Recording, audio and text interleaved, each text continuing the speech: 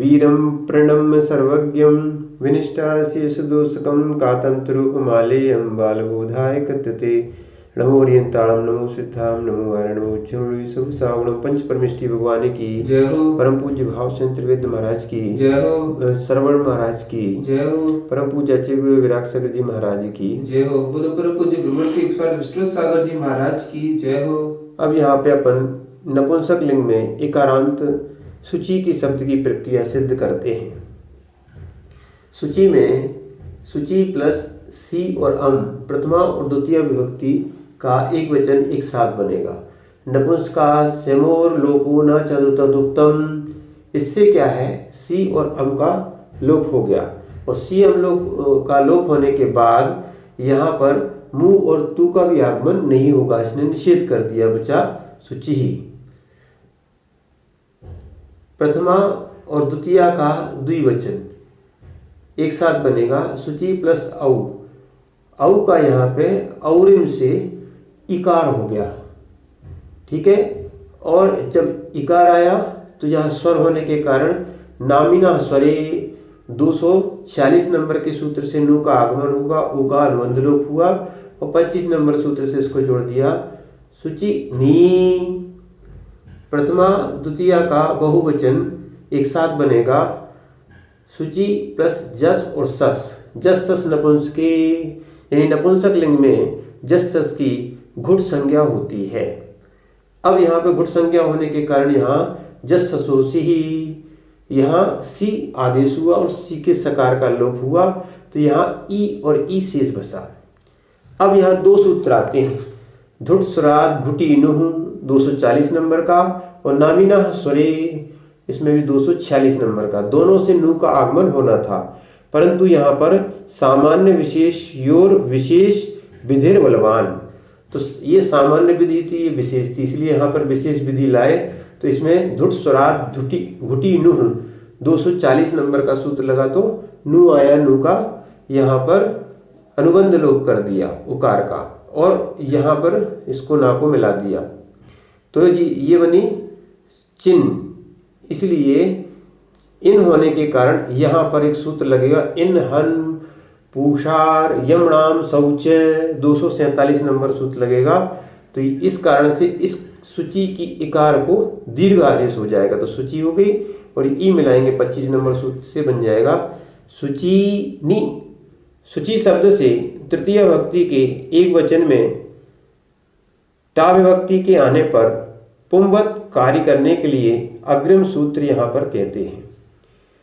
252 number का सूत्र है टादौ भासत पुंसकम पुंवद्वा।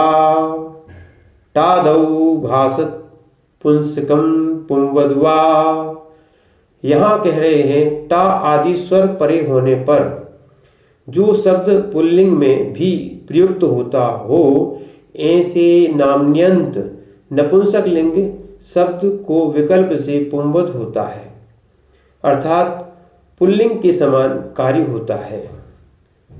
यहाँ एक नोट दिया है, कलाप व्याकरण में भाषित पुंसकम पुंवद वा सूत्र है। यहाँ पर अस्थि दधि शतक्षणा मनंताष्टादौ सूत्र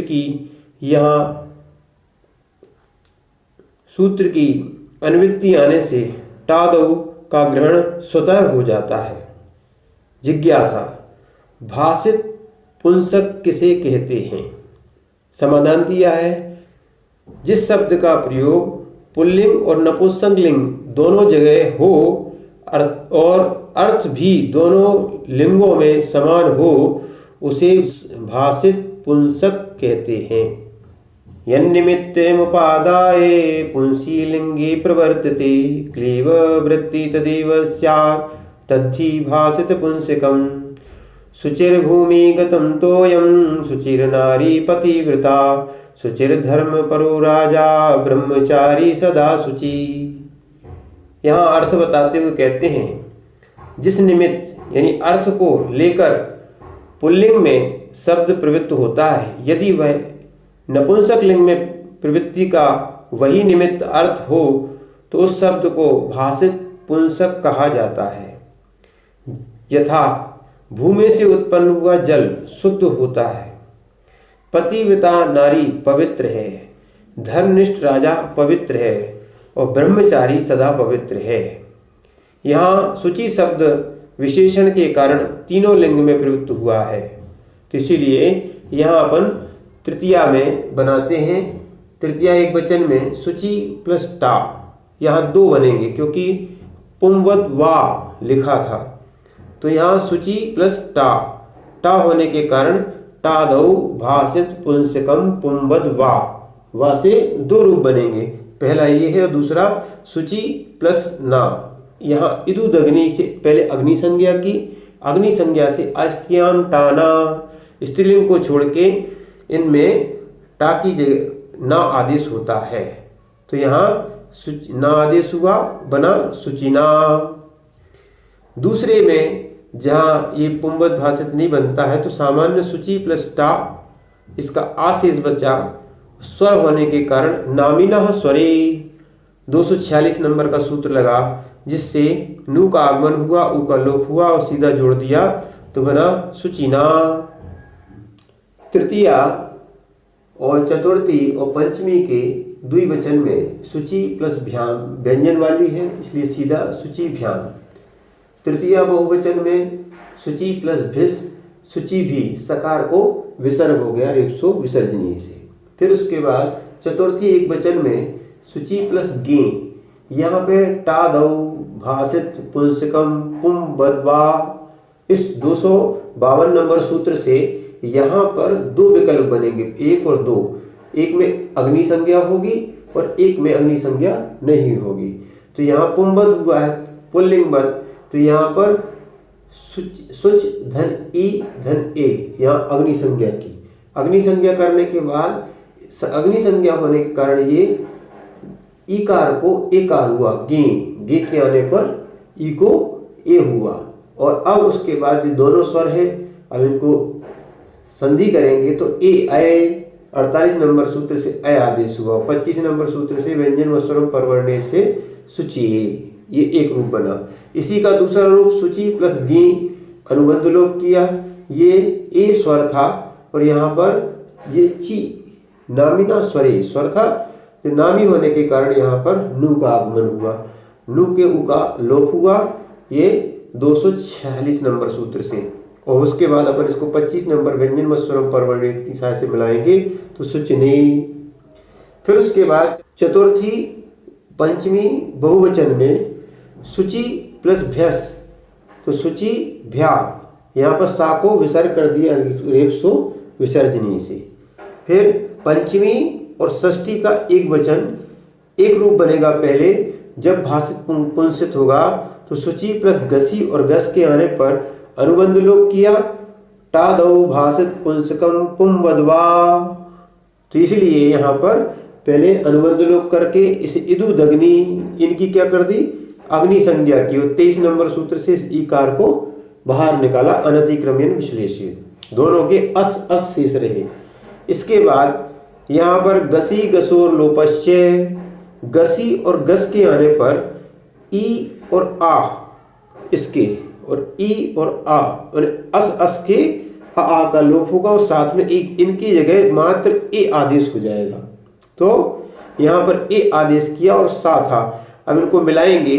130 नंबर से स को विसर्ग हो गया और 25 नंबर सूत्र से यहाँ पर ये मिला दिया व्यंजन मस्वरम परवर्ण, तो इसलिए बने सुचे। पंचमी और षष्ठी के एक वचन में दूसरा रूप बनेगा शुचि धन गसी और गस, यहाँ सीधा अनुबंध लोप किया और स्वर होने के कारण यहाँ पर नु का आगमन किया, नामिना स्वरे 246 नंबर सूत्र से, तो बना सुचिना। अब षष्ठी और सप्तमी का द्विवचन एक साथ बनेगा, शुचि प्लस ओस, यहाँ टादौ भाषित पुंसकम पुम बदवा 252 नंबर का सूत्र है। यहाँ पर इसको भाषित पुंसित किया और इसको बाहर निकाला 23 नंबर सूत्र से और इसकी अग्नि संज्ञा की, इदुदग्नि, शुचि की क्या की, अग्नि संज्ञा। अग्नि संज्ञा करने के बाद यहाँ ई को या होगा, ई वर्णेयम सवर्णो न च परलोप्याः, क्योंकि यहाँ पर आ था, इस कारण से संधि हो गई, तो यहाँ पर या हो गया। अब इसको 130 नंबर सूत्र से सा का विसर्ग कर दिया। विसर्ग करने के बाद क्या है, ये 25 नंबर सूत्र है, मैंने इससे पहले रेपसो विसर्जनी से विसर्ग किया और व्यंजन मत्सरम पर वर्णे इससे बन गया शुच्यो हो। अब दूसरा रूप बनेगा शुचि प्लस ओस। ये स्वर वाली विभक्ति थी, नामिनः स्वरे, यहाँ नु का आगमन कर दिया और सकार को कर दिया विसर्ग 130 नंबर से रेपसो विसर्जनी से और मिलाया, बन गया शुचिनो।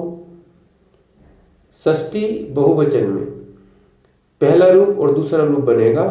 पहले शुचि प्लस आम, टादव भाषत पुंसक पुंबद्वा, भाषत पुंगवत किया और यही इदु दग्नि, इससे अग्नि संज्ञा कर दी।